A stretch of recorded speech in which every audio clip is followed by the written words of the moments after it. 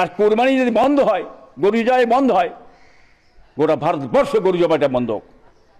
গোটা ভারতবর্ষে গরু জবাইটা বন্ধ হোক। আপনি কোরবানি বন্ধ করে দেবেন, গরু জবাই চলবে না।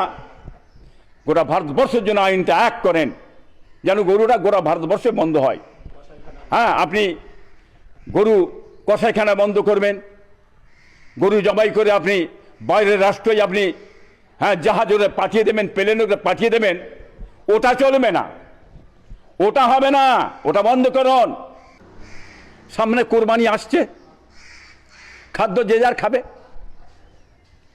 কে কি খাবে না খাবে, সেটা আপনি আমি বলতে পারবো না। অতএব যে যার ধর্মের কাজ করবে, যারা যেটা খাই পছন্দ করে তারা খাবে।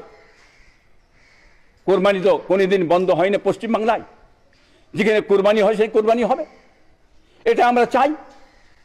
আর কোরবানি যদি বন্ধ হয়, গরু জবাই বন্ধ হয়, গোটা ভারতবর্ষে গরু জবাইটা বন্ধ হোক।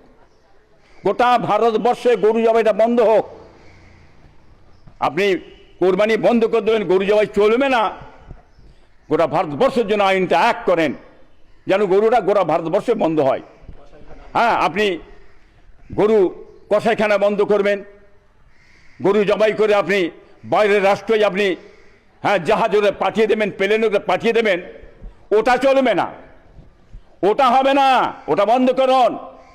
গোটা ভারতের গরু জবাই করা বন্ধ করুন। অতএব খাদ্য যে যার খাবে, ধর্ম যে যার করবে, কারো ধর্মে বাধা দেওয়া হোক, কোরবানি বন্ধ হোক, এটা আমরা চাই না। এটা বাংলার মানুষ কোনো মেনে নেবে না।